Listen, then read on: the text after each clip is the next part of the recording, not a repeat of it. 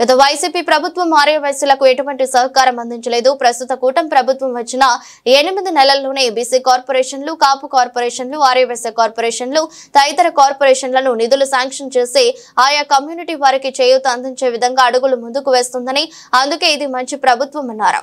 ఈ రోజు మనం ఒక్క విషయం గుర్తుపెట్టుకోవాల్సిన అవసరం ఉంది.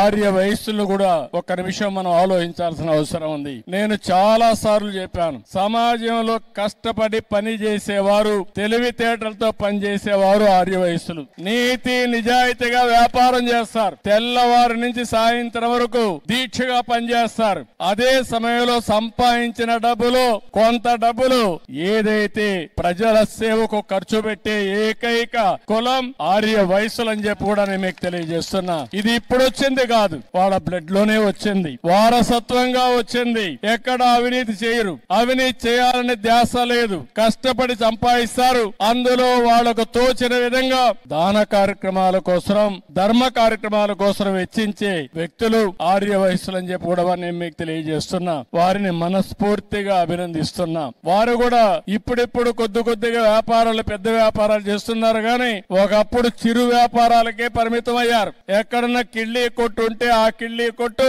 ఆర్య వసూలు తప్ప వేరే వాళ్ళది కాదు. అన్ని కొట్టులు వేరే ఉండేటివి. ఇప్పుడిప్పుడు కొద్దిగా ఆ కిరాణా కొట్లు కూడా వేరే వాళ్ళు పెట్టేసే పరిస్థితికి వచ్చారు. కాబట్టి ఇవన్నీ కూడా మల్టీ ఛానల్స్ వస్తున్నాయి, మార్ట్లు వచ్చేస్తున్నాయి, షాపింగ్ మాల్స్ వస్తున్నాయి, అనేక ఇది వచ్చాయి. కానీ ఎన్నో సార్లు చెప్పాను, అందుకే ఆర్య వయసుల కోసం ఒక కార్పొరేషన్ పెట్టి మీ తెలివితేటలు ఉపయోగించి మిమ్మల్ని కూడా వ్యాపారస్తులుగా తయారు చేయాలని తెలుగుదేశం పార్టీ ముందుకు వచ్చామని చెప్పి కూడా నేను మీకు తెలియజేస్తున్నా. భవిష్యత్తులో ఇంకా ఎక్కువ చేస్తాం. కన్యకా పరమేశ్వరి తల్లి మనకు అండగా ఉంటుంది. ఆ ఆశీస్సులు ఉంటాయి. తప్పకుండా మీ అందరికి న్యాయం జరుగుతుంది.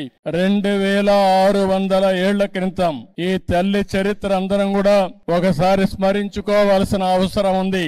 ఒకసారి ఆ చరిత్ర తెలిస్తే మనం కూడా త్యాగాలకు ఏ విధంగా విలువిస్తామో అర్థం అవుతుంది. ఇక్కడే మీరు చూస్తే 2600 సంవత్సరాల కంటే ముందు పెనుగొండ పాలకులు ఆర్య వయస్సులైన కుసుమ శ్రేష్ఠి, కుసుమాంబ దంపతులకి పుట్టిన కుమార్తె వాసవి కన్యకా పరమేశ్వరి. ఆ తల్లిని చూస్తే భగవంతుడు ఆశీస్సులతో పుట్టినటువంటి తల్లి, కలియుగ దేవత కన్యకా పరమేశ్వరి అని చెప్పి కూడా మీకు తెలియజేస్తున్నా. దేవుణ్ణి చూసినప్పుడు ఒక వరం ఇచ్చాడు. ఆ వరం ప్రకారమే ఆమె ఇక్కడ పుట్టింది. పుట్టడమే కాదు, గుణవంతురాలు, తెలివైనది, సమాజం పట్ల అత్యంత బాధ్యత కలిగినటువంటి వ్యక్తిగా పుట్టుకతోనే లక్షణాలతో పుట్టి ఆవిడ పెరిగే పరిస్థితికి వచ్చింది. అలాంటి ఆడబిడ్డ ఆ రోజుట్లోనే రాజమహేంద్రవరాన్ని పరిపాలించే విష్ణువర్ధుడని రాజు పక్కనే పరిపాలించేవాడు. ఈవిడ గుణగణాలు తెలుసుకుని ఆయన ఈవిడ్ని పెళ్లి చేసుకోవాలని వాళ్ళ తండ్రితో సంప్రదించే పరిస్థితికి వస్తారు. కానీ ఆ రోజు చూస్తే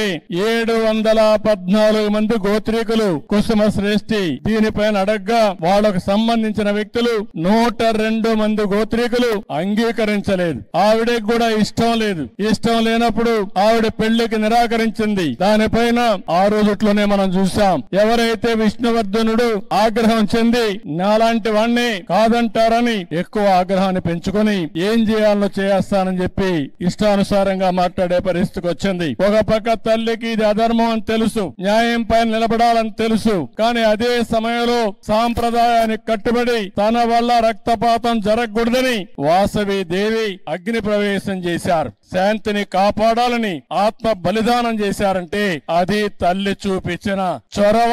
2600 సంవత్సరాల కంటే ముందు ఆవిడతో 102 మంది గోత్రీకులు కూడా ఆత్మార్పణ చేశారు. అంటే మనందరం గుర్తుపెట్టుకోవాల్సింది, ఆ రోజుట్లోనే యుద్ధాలు జరిగేటివి, రక్తపాతం చిందించేవాళ్లు. కానీ ఒకే నిర్ణయం చేసి నా వల్ల సమాజానికి ఎక్కడ కూడా హింస రాకూడదు, ఎవరికి కూడా ఇబ్బంది కలగకూడదని ఆ దేవి ఆ రోజు ఆత్మార్పణ చేసే పరిస్థితి వచ్చింది. ఆ తర్వాత మీరు చూస్తే మహిషాసుర మర్దిని ఆలయంలో అమ్మవారి రూపంలో వాసవి దేవి దర్శనమిస్తే అక్కడి నుంచి వాసవి కన్యకా పరమేశ్వర అమ్మవారి దేవాలయంగా అమ్మవారిని ఆర్యవసులు దేవతగా కొలిసే పరిస్థితికి వచ్చారు.